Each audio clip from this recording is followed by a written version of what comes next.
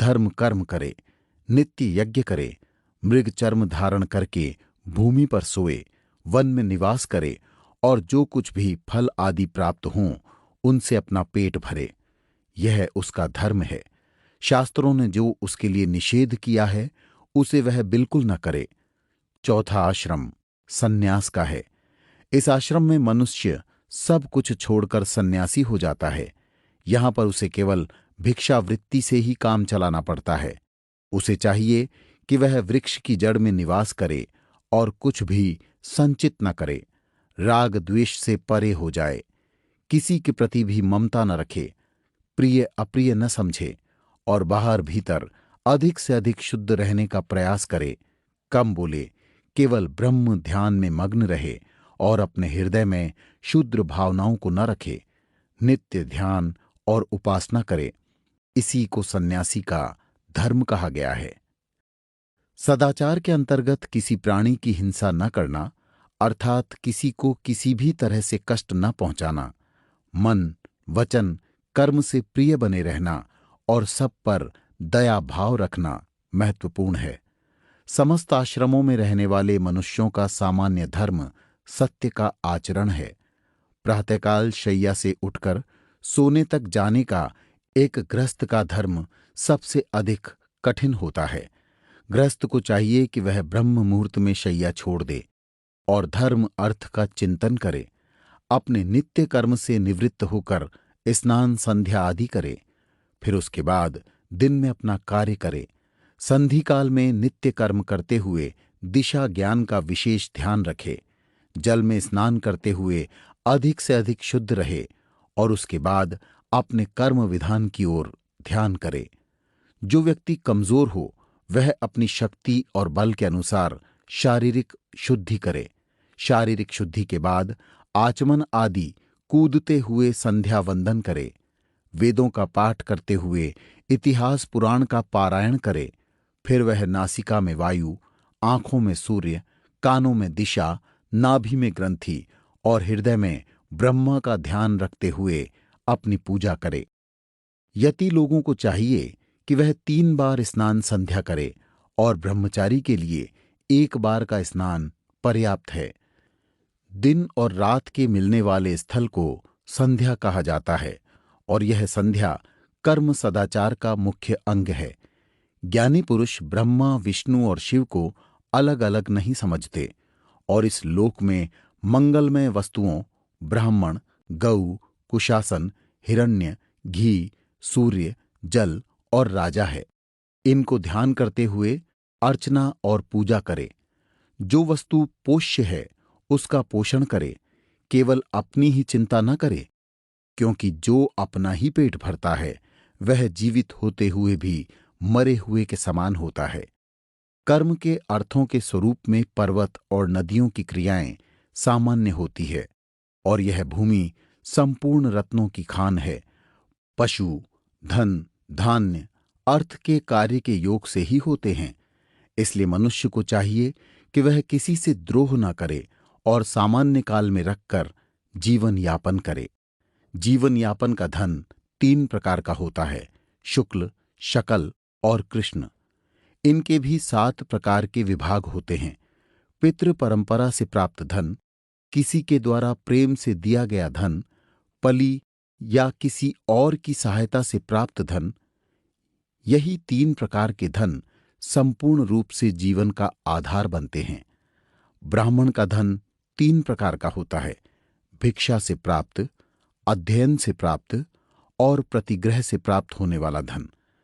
क्षत्रिय का धन भी 3 प्रकार का होता है और यह विषय धन कहलाता है। 1 करों के द्वारा प्राप्त धन, 2 दंडों से प्राप्त धन, 3 विजय प्राप्त करने के बाद प्राप्त धन। इस तरह वैश्य का धन भी 3 प्रकार का होता है। कृषि के द्वारा प्राप्त धन, जिसमें पशुपालन और वाणिज्य व्यवसाय और मुनाफे का धन भी सम्मिलित है। यदि ब्राह्मण आपत्ति काल में उपस्थित होता है तो उसे इस प्रकार का धन लेने से कोई पाप नहीं लगता। कभी कभी कृषि कर्म में अनावृष्टि हो जाती है और बाधा उपस्थित होती है, लेकिन उसकी कमी दूसरे स्थानों पर जाकर धन कमाने से पूरी की जाती है। किसान कर के रूप में राजा को धन देते हैं। विद्या, शिल्प, दुकानदारी भी जीवन के निर्वाह के कारण होते हैं। इस प्रकार प्रतिग्रह में कोई दोष नहीं होता। सब वर्णों को धन के स्वरूप को भी देखना चाहिए। अक्सर वृत्ति के द्वारा प्रायश्चित करके विशुद्ध कर लेने का विधान भी है। नित्य कर्मों में जो मनुष्य स्नान आदि नहीं करता, उसे जप और हवन करने का अधिकार नहीं है। स्नान की दृष्टि से शरीर और मन दोनों का प्रक्षालन होना आवश्यक है। तालाबों, तीर्थों और नदियों में किया गया स्नान क्रिया स्नान कहलाता है। तीर्थों में पापों से छुटकारा मिलता है और नित्य नैमित्तिक और क्रियांत तथा मलकर्षण स्नान तीर्थ के अभाव में कर लेना चाहिए। भूमि से निकाला हुआ जल पुण्य जल होता है। सरोवर का जल भी पवित्र होता है। सरोवर से अधिक नदी का जल पवित्र होता है। गंगा का जल वैसे तो पवित्र होता है और तीर्थों में यह जल और भी अधिक पवित्र हो जाता है। इस प्रकार तीर्थ में स्नान करने से मनुष्य पाप मुक्त हो जाता है। सदाचार की दृष्टि से व्रत का बहुत अधिक महत्व है, लेकिन श्रद्धा से युक्त होकर नित्य प्रातःकाल स्नान करने वाला व्यक्ति यह फल बहुत जल्दी पा लेता है। जो पुरुष चंद्रमा और सूर्य ग्रह के समान लोगों को प्राप्त करना चाहता है, उसके लिए प्रातःकाल का स्नान पुण्यों को देने वाला होता है। भगवान विष्णु विशेषकर एकादशी तिथि के स्नान से प्रसन्न होते हैं। जो मनुष्य श्री की कामना करता है, उसे आंवले से स्नान करना चाहिए। इससे कीर्ति बढ़ती है और आरोग्यता प्राप्त होती है। इस प्रकार के स्नान करने से देवता और पितृगण प्रसन्न होते हैं। नदी में स्नान करते हुए जो मनुष्य पितृगणों का ध्यान करता है और उन्हें तिलांजलि देता है, उसे बहुत पुण्य होता है। इस तरह जल में स्नान करते हुए मनुष्य को चाहिए कि वह मंत्र का उच्चारण करते हुए देवताओं की अर्चना करते हुए स्नान करे। ब्रह्मा, विष्णु और सूर्य की अर्चना करते हुए उन्हें जल का समर्पण करे। मनुष्य को चाहिए कि वह अर्चना प्रारंभ करते हुए देवताओं को अर्घ्य दान दे और फिर पुष्पांजलि अर्पित करे, फल भी समर्पित करे, फिर जल में ही आचमन करे और तीर्थ की परिकल्पना करते हुए स्नान करे। शूद्र को चुपचाप नमस्कार के साथ आचमन करना चाहिए। स्नान करने के बाद मनुष्य को चाहिए कि वह मधुर पदार्थ खाए और बीच में अन्य अन्न का सेवन करे। तीखे तथा खट्टे स्वाद वाला अन्न बाद में खाए और सबसे अंत में दूध का पान करे। रात में भूमि पर सोए तो बहुत अच्छा। इस प्रकार अपने सदाचार का पालन करता हुआ मनुष्य जीवन यापन करता रहे। जो मनुष्य शास्त्र के अनुसार सदाचार धर्म का निर्वाह करता है, वह स्वयं ब्रह्म पद को प्राप्त होता है। पंचदश अध्याय। भगवान नारायण ने गरुड़ जी से कहा, अब धन्वंतरी के कहे हुए कुछ विशिष्ट रोग और उनके निदान के विषय में सुनो। धन्वंतरी ने बताया कि रक्त पित्त का रोग बहुत भयंकर होता है। रोग की उत्पत्ति अधिक गर्म, तीखा और खट्टा पदार्थ खाने से होती है, क्योंकि इससे पित्त से संयुक्त पदार्थों में पित्त अधिक होने के कारण रक्त में बाधा पहुंचती है और अपनी मात्रा से अधिक होने के कारण समान रूप होकर विकृत रूप में प्रभाव करते हैं। इनका परस्पर संसर्ग रक्त में अनेक प्रकार के दोष पैदा करता है। जब रक्त पित्त तेज होता है, तब सिर में भारीपन, कोई भी चीज अच्छी न लगना, खांसी, सांस का कष्ट और मुंह में अजीब प्रकार की गंध हो जाती है। मनुष्य का मुख भी पीला पीला हो जाता है, आंखों की रोशनी धूमिल हो जाती है और मनुष्य परमत्व होने की अवस्था तक पहुंच जाता है। इस रोग के कारण नाक, कान, मुंह में जलन होती है, कफ आदि बढ़ जाता है, लेकिन इसकी सबसे बड़ी औषधि विरेचन से होती है। कफ की शुद्धि करनी आवश्यक होती है। कुछ कसैले पदार्थ शुद्ध करने के लिए आवश्यक होते हैं।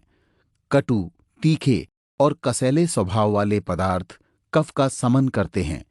इस अवस्था में मनुष्य को मधुर पदार्थ खाने चाहिए। मधुर पदार्थों के साथ रक्त का पित्त शुद्ध हो जाता है और खांसी दूर हो जाती है। यह 5 प्रकार की होती है। वात पित्त से होने वाली खांसी और कफ से होने वाली खांसी बहुत तेज होती है और एक खांसी क्षय होने के कारण भी होती है। इससे गले में सूखापन आ जाता है। गले में खाज जैसे आसार भी दृष्टिगोचर होते हैं। इससे सांस घुटती रहती है। इसके उपचार के लिए यह देखना होता है कि खांसी के अधिक वेग से तरल पदार्थ खाते हुए छुटकारा पाया जा सकता है। वक्षस्थल की पीड़ा और माथे का दर्द कभी कभी तीव्र हो जाता है और उससे मनुष्य के अंदर की शक्ति कम हो जाती है। बहुत अधिक पीड़ा होती है, जैसे सुइयां चुभ रही हों। इसकी अधिकता के साथ श्वास रोग और पीठ के भाग में पीड़ा भी होने लगती है।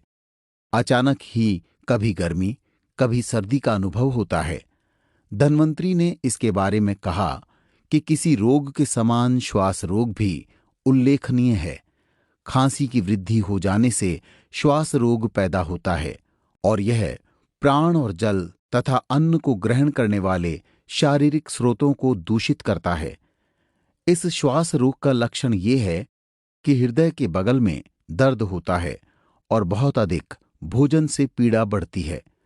वायु प्रतिकूल होकर सांस के उतार चढ़ाव में तेजी लाती है, किंतु जब भीतर का मल बाहर निकल आता है केवल तभी थोड़ी सी शांति मिलती है। कई बार सोते समय इससे बहुत घबराहट होती है और वह उठ बैठता है। उठकर बैठ जाने पर भी कुछ शांति मिलती है, लेकिन माथे पर पसीना आ जाता है। जिस तरह से बादलों में होने वाले जल और वायु के संघर्ष में प्रकंपन होता है, वैसे सांस रोग से हृदय कांपता है। कई बार ज्वर और मूर्छा का आभास भी होता है। इस तरह यह रोग बहुत कष्ट देता है। वाणी में सूखापन आ जाता है और जब मनुष्य ऊपर को लंबी सांस लेता है तो उसका अवरोहण नहीं कर पाता। वह बोलने में असमर्थ हो जाता है और उसको ऐसा लगता है जैसे उसके प्राण निकल रहे हों। धन्वंतरी ने कहा कि एक विशेष प्रकार का हिचकी का रोग भी होता है। इसका प्रारंभ भी सांस की क्रिया से होता है। कई बार अनुचित वस्तु के सेवन करने से रूखा, तीखा और तेज अन्न भीतर की वायु को प्रताड़ित कर देता है और इससे हिचकी उत्पन्न होती है। मूलतः यह खाए हुए अन्न से पैदा होती, कभी धीमी और कभी वेगवती होती हुई यह मनुष्य में प्रकंपन पैदा करती है। इसके बाद सारे शरीर को मथती हुई वाणी, स्मृति और संज्ञा को भी धूमिल कर देती है। कई बार वमन करने की स्थिति भी आ जाती है। अनेक बार इसके शब्द बड़े ध्वनि वाले होते हैं। हिचकी के समय मनुष्य को बार बार यह लगता है कि उसका सांस ऊपर नीचे अवरोध से चल रहा है। इसके बाद धन्वंतरी ने कहा कि यक्ष्मा रोग भी बहुत भयंकर होता है। इस रोग में अनेक रोग छिपे होते हैं। यह कई रोगों के कारण से पैदा होता है। इससे मनुष्य की सारी शक्ति नष्ट हो जाती है। पहले यह रोग सामान्यतया बड़े बड़े राजाओं को हुआ करता था, इसलिए इसका नाम राजरोग पड़ा। इसके 4 मुख्य कारण कहे जाते हैं। पहला कारण है करने न करने वाले काम में बुरी तरह से लग जाना और भूख प्यास आदि की चिंता भी न करना। ठीक समय पर न खाना पीना इसका दूसरा कारण है। तीसरा कारण है किन्हीं भी स्थितियों से शरीर में ओज, वीर्य और स्नेह का क्षीण हो जाना। चौथा कारण समय पर उचित मात्रा में खाने का अभाव होता है। इन 4 कारणों से पित्त बहुत उत्तेजित हो जाता है और धीरे धीरे यक्ष्मा रोग का कारण बनता है। इसमें मुख की मिठास और शरीर की कोमलता जाती रहती है। सारे शरीर के अंगों में ठंडापन और सफेदी आ जाती है। शरीर में पीड़ा तो होती ही है और मदिरापान, स्त्री प्रसंग और स्वप्न तथा स्वप्न में सांप बंदर आदमियों को देखना इसके लक्षण होते हैं। इसके अनेक उपद्रव होते हैं। गले को पीड़ा देने वाला श्वास का अवरोध, जम्हाई आना, अग्नि की मंदता, मुख में दुर्गंध और शरीर के अंगों का टूटना इसकी निशानियां हैं। इसमें मनुष्य अपने भीतर एक विशेष प्रकार की अग्नि अनुभव करता है, रक्त बनना बंद हो जाता है। इस रोग से बहुत जल्दी ही क्षीणता आ जाती है। इसके लिए क्षीणता से बचने के साधन करने चाहिए। इसमें वात की अधिकता से भी परेशानी होती है तथा पित्त के प्रकोप से तालू और गले में जलन होती है। रोगी को प्रत्येक क्षण घुटन और धुएं का अनुभव होता है। मनुष्य के शरीर में अतिसार रोग के आक्रमण भी होते हैं। कभी कभी बहुत अधिक जल पीने से और कभी सूखा अन्न खाने से और कभी अत्यधिक मदिरा के सेवन से और अनेक अवसरों पर बहुत परिश्रम से मनुष्य की स्वाभाविक वायु गति बाधित हो जाती है और उसके द्वारा तेज क्षय हो जाता है। इसमें हृदय तथा शरीर में पसीना अधिक आता है। शुष्कता के कारण सांस लेने में भी परेशानी होती है। ये सभी रोग अधिकतर पित्त के बढ़ने से होते हैं। इसलिए पित्त का अनुशासन बहुत आवश्यक है, क्योंकि पित्त को अनुशासित करने से वायु अनुशासित होती है और उसकी स्वाभाविकता बनी रहती है। इसलिए मनुष्य को चाहिए कि वह भोजन पदार्थों में समानता रखे। इनके कभी कभी विलक्षण लक्षण होते हैं, शरीर का पीला पड़ना और कभी कभी घाव की तरह से व्रण हो जाना, दुर्गंध, पसीना आना, अनेक लक्षण दिखाई देते हैं। जब मनुष्य को अधिक समय तक अतिसार का रोग होता है तो संग्रहणी जैसा दोष उत्पन्न हो जाता है। यह भी 4 प्रकार का होता है। एक भेद में वात, पित्त और कफ का प्रकोप बना रहता है। दूसरा लक्षण वायु का कम होना है। इसमें मुख का स्वाद बिगड़ा रहता है और हमेशा प्यास का भ्रम बना रहता है। तीसरा लक्षण पेट की जलन होती है और कानों के छिद्रों में एक प्रकार की झंझनाहट बनी रहती है। जब यह रोग वायु के कारण होता है, आंखों के सामने अधिकतर अंधेरा रहता है और मनुष्य हमेशा आलस्य में डूबा रहता है। इसमें जीर्णता से मुक्ति ही सबसे बड़ा उपाय है। इस प्रकार ये अनेक रोग निरंतर मनुष्य को होते रहते हैं और इनसे मनुष्य कष्ट में रहता है। इनसे समस्त इंद्रियां शुद्ध हो जाती है और मनुष्य मरण से भी अधिक कष्टदायक स्थिति में आ जाता है। ये रोग अधिकतर अधिक भोजन और असंतुलित भोजन से होते हैं। जो व्यक्ति मद्यपान करता है उसे इनमें से प्रत्येक रोग शीघ्र पकड़ लेते हैं और एक के साथ दूसरे रोगों का लक्षण भी अभिव्यक्त होता है। मद्य से रहित होकर बलवान शरीर से इन शारीरिक और मानसिक विकारों पर भी विजय पाई जा सकती है। इस प्रकार मैंने तुम्हें विभिन्न रोगों का निदान बताया है। मनुष्य को इन रोगों के विषय में सतर्क रहना चाहिए और उचित उपचार करते हुए योग साधना के द्वारा अपने को नियंत्रित करना चाहिए। रोगों के निदान के बाद चिकित्सा के विभिन्न योग बतलाते हुए विष्णु जी के अवतार धन्वंतरी ने बताया कि इस प्रकार के ज्वरों में सबसे अच्छी बात भोजन का त्याग होना चाहिए। गर्म पानी पीना और हवा रहित स्थान में रहना लाभदायक होता है। यदि वायु के विकार से ज्वर हुआ तो गिलोय और नागरमोथा का काढ़ा देना चाहिए। पित्त के दोष से भी ज्वर होता है। उस ज्वर में सौंफ, मोथा और नवीन फल को मिलाकर देना चाहिए। कफ के दोष से उत्पन्न ज्वर में काढ़ा देना चाहिए।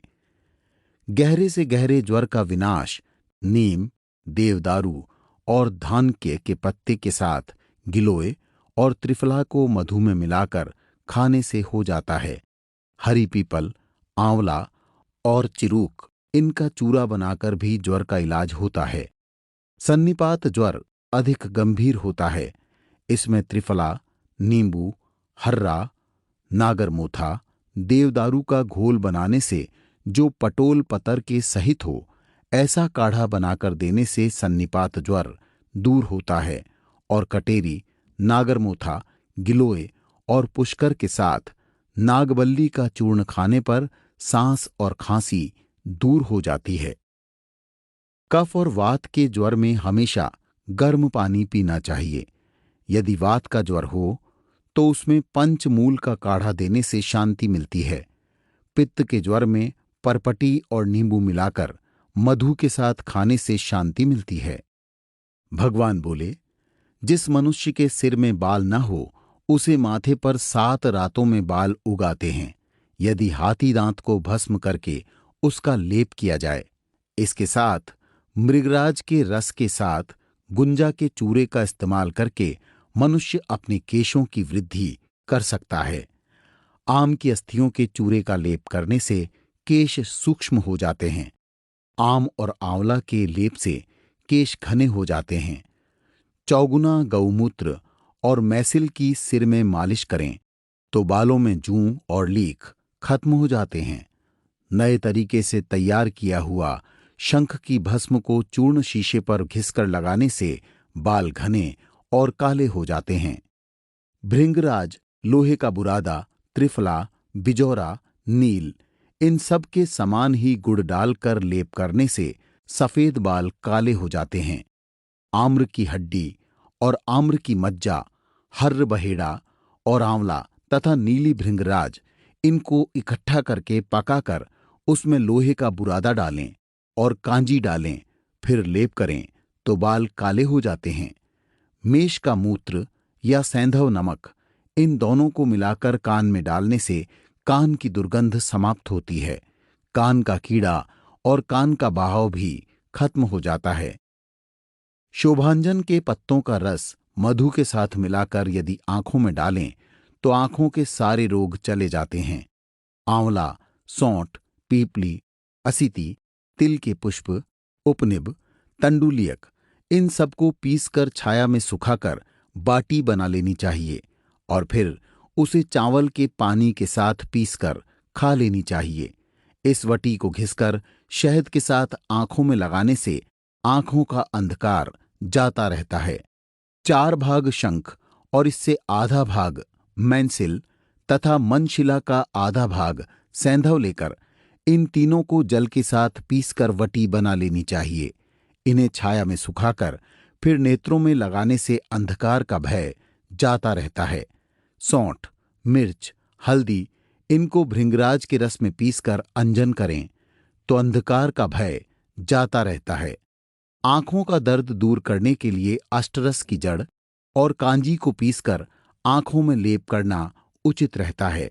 सैंधव, कड़वा तेल और अपामार्ग मूल को क्षीर कांजी से तांबे के पात्र में पीसकर अंजन करने से पिंजट का नाश होता है। बिल नीलिका की जड़ को पीसकर अंजन करने से भी अंधकार का भय दूर हो जाता है। पिप्पली अर्थात पीपर, हल्ली और आंवला और खादिर को पीसकर एक बत्ती बना लेने के बाद उसे आंखों में लगा देने से आंखों के रोग चले जाते हैं। प्रातःकाल उठकर पानी को मुंह में भरकर फिर ठंडे जल से रोज नेत्रों को छपके देकर धोना चाहिए। इससे आंखों के सभी रोग दूर हो जाते हैं। इसके बाद भगवान बोले कि घोषा के फल को सूंघना और पीना भी कामला रोग को ठीक करता है। जाति के पत्तों को चबाकर मुंह में रखकर मुंह के रोग नष्ट होते हैं। केसर के बीजों को दबाने से हिलते हुए दांत भी जम जाते हैं। मुस्तक और इलायची, यास्टिक और मधुवाचक, इनको मिलाकर खाने से मुख की दुर्गंध दूर होती है। यदि कोई मनुष्य तेल युक्त कांशी से कुल्ली करे और कुछ देर के लिए मुंह में भरकर रखे तो मुंह के रोग दूर हो जाते हैं। जिस तरह सौंफ को चबाने से और नींबू तथा इलायची, मधु, पीपल और जाति पत्र, इनको मिलाकर चाट कर ज्वर का नाश होता है। गुंजा यानी चिरमिटी की बेल के मूल को लेकर चबाने से दांतों के कीड़ों का नाश होता है। दूध से मिश्रित करकट पाद से मिला हुआ घी दांत के कटकटाने में उपचार करता है। यदि कोई व्यक्ति 2 भाग छाछ का ले और 1 भाग तेल उसमें मिलाए या लाल चंदन, मजीठ, करसियटी को मधु और कुमकुम के साथ मिलाकर 1 सप्ताह प्रयोग करे तो मुंह की शोभा बढ़ती है। सौर और पीपल का चूरा, निषोध, फिटकरी को मिलाकर काढ़ा बनाया जाए तो उसे पीने से तेज की वृद्धि होती है। इससे वायु का रोग भी दूर होता है। यदि करंज, यक्ष, वृहति, कटुरोहिणी, गोखरू, इन सबको पानी में पकाया जाए तो मनुष्य की स्मरण शक्ति बढ़ती है। जो ज्वर पारी से आता है अर्थात एक दिन छोड़कर या तीसरे, छठे, आठवें दिन उसे दूर करने के लिए गोमेद की रस से मिलाकर दूध देना ही पर्याप्त है। काकजंघा के जड़ को खाने से नींद आती है। शैली, शैवाल, अग्निमंथ, पाषाण, भेदक, गोखरू और शोभांजन की जड़ को जल के साथ मिलाकर देने से वायु का रोग दूर होता है। आर्ध और तगर के मूल को घोटकर मट्ठे के साथ पीने से सिंजनी वायु का ज्वर दूर हो जाता है। छाग के दूध से मिला हुआ सत्वा पी लेने, घी के साथ लेप करने से पैरों के तलवे में हुआ दर्द दूर होता है। सरज का रस, जीरा, हर्र को घी में मिलाकर मलने से आग जलने से हुआ दर्द दूर होता है।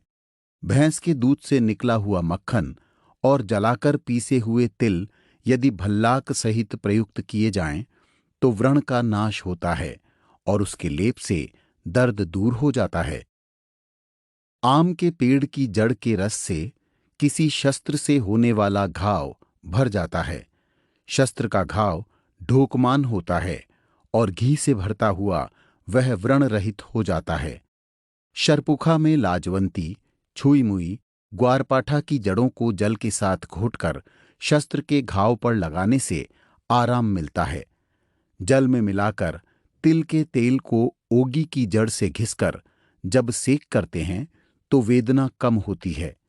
श्वेत अपराजिता के पत्तों को नीम के पत्तों के रस के साथ मिलाकर पीने से डाकनी, पितरों, ब्रह्म राक्षसों का डर खत्म हो जाता है। पुष्य नक्षत्र श्वेत जयंती का मूल श्वेत अपराजिता के अर्क और चित्रक का मूल बनाकर उसे पीसकर मस्तक पर तिलक लगाने से पुरुष का तेज बहुत आकर्षक हो जाता है। अर्थात पीपल, लौहचूर्ण, आंवला, सौंठ ये सब समान भाग लेकर सैंधव मधु और शक्कर के साथ गूलर के समान गोली खाने से बल की वृद्धि होती है। भगवान ने आगे कहा कि हरिताल, पत्रांग, लाल चंदन जाति और यवक्षार तथा पिंगुलक और लाक्षा को पीसकर दांतों पर लेप करना चाहिए। मंद आग में मूलक का श्वेदन करके कानों में रस डालने से कान का बहना समाप्त हो जाता है। हरितकी के कषाय से दांतों को मांझ कर लेप करना चाहिए। कड़वे तेल के साथ प्रयोग करने से कानों के कीड़ों का नाश होता है। हल्दी, नीम के पत्ते, पीपल और काली मिर्च, वीडक, भद्र, मुस्त तथा सप्तम विश्व भेषज इन सबको गोमूत्र मिलाकर एक बाटी खाने से अजीर्ण नष्ट होता है। जो मनुष्य जटामासी वच, विचुविल्व, तगर, पदम, केशरनाथ, पूर्य प्रयुंग इन सबको समान भाग में चूर्ण बनाकर खाता है वह बहुत सुंदर हो जाता है। सरसों, वचवदन के फल और बिजली की विष्ठा धुस्तर और नारी के केश में धूल लगा देने से चौथे दिन आने वाले चौथैया ज्वर समाप्त हो जाता है। अर्जुन नाम वाले वृक्ष के फूल, भिलावा, वायविडंग वाला सरजरस, सौवीर, सरसप इनका धुआं जूं, मक्खी, मच्छरों को नष्ट कर देने वाला होता है।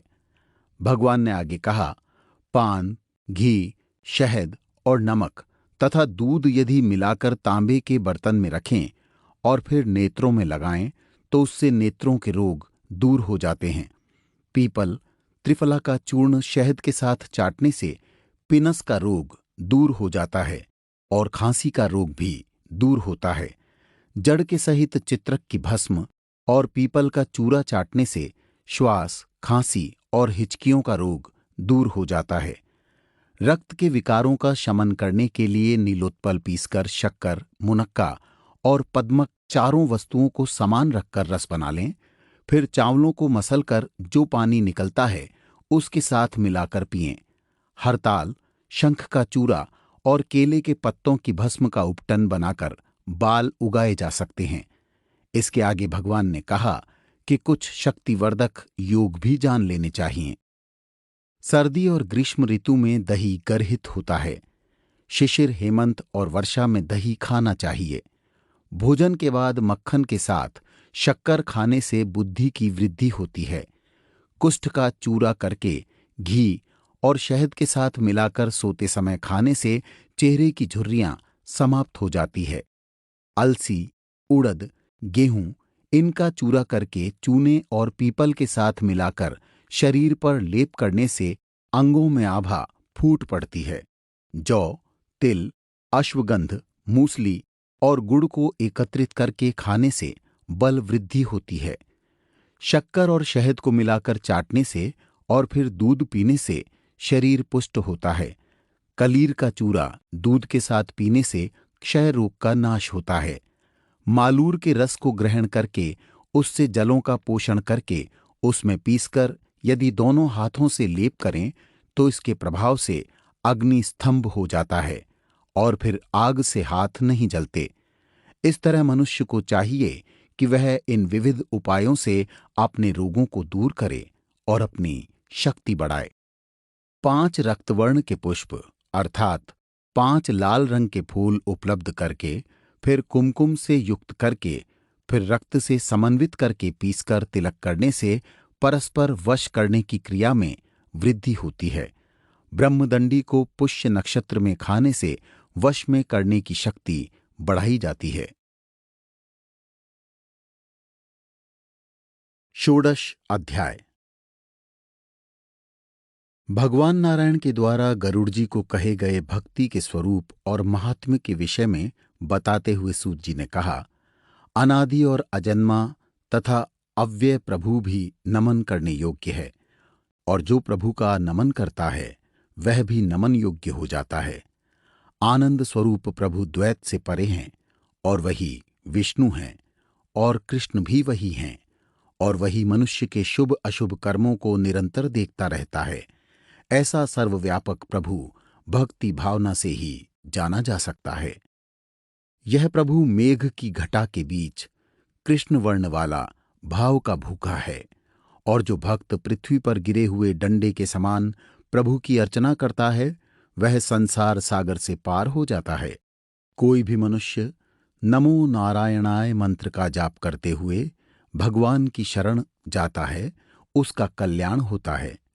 नारायण शब्द में पापों को धोने की अपार शक्ति है। व्यास आदि समस्त मुनिगण भगवान नारायण की पूजा करते हुए कल्याण को प्राप्त होते हैं और निरंतर बुद्धि को विकसित करते रहते हैं। वे भगवान का कीर्तन करते हैं और मोक्ष के अधिकारी होते हैं। जो व्यक्ति सच्चे मन से स्वप्न में भी भगवान नारायण का नाम लेता है उसके पाप दूर हो जाते हैं। हे कृष्ण, हे अनंत, हे अच्छत, हे वासुदेव, ऐसा कह जो भक्ति भाव से भगवान के नाम का जाप करते हैं उन्हें कभी भी यमपुर का द्वार नहीं देखना पड़ता है। सूर्य के उदय होने पर जिस तरह अंधकार का नाश हो जाता है उसी तरह भगवान का नाम लेने से पाप दूर हो जाते हैं। स्वर्ग का निवास भी चिरस्थायी नहीं होता। वहां पुण्यों का क्षय हो जाने पर मनुष्य फिर मृत्युलोक में आता है। सच्चे भक्त नाम कीर्तन के बल पर ही पूजा के मार्ग पर बढ़ते जाते हैं। कृत युग में ध्यान से, त्रेता में अस्त्रों की पूजा से और द्वापर में भगवान की अर्चना से जो फल मिलता है, कलयुग में आकर वह फल भगवान के परम लाभ देने वाले नाम के स्मरण से मिल जाता है। जो निरंतर हरि हरि का पाठ करता है वह नारायण के लोक को प्राप्त करता है। जो मनुष्य पुरुष सूक्त मंत्रों के द्वारा भगवान को पुष्प समर्पित करता है वह उनका परम आराधक हो जाता है और उसकी चर्चा सारे संसार में होती है। जो मनुष्य विष्णु का पूजन नहीं करता वह तो एक तरह से ब्रह्मघाती होता है। जो ब्रह्मांड का विस्तार करने वाले भगवान विष्णु का ध्यान नहीं करता वह तो कीचड़ में पड़ा हुआ कीड़ा होता है, और उससे नरक में यमराज पूछते हैं कि तूने कभी भगवान का नाम लिया? भगवान इतने दयालु हैं कि यदि श्रद्धा से उनका नाम लिया जाए तो वे भक्त को अपना लोक प्रदान कर देते हैं। यमराज नरक में आने वाले प्रत्येक व्यक्ति से कहता है कि अपने गर्भ से उत्पन्न करने वाली माता और पालने वाला पिता मनुष्य के लिए उतना कल्याण नहीं करते जितना कल्याण भगवान का नाम लेने से हो जाता है।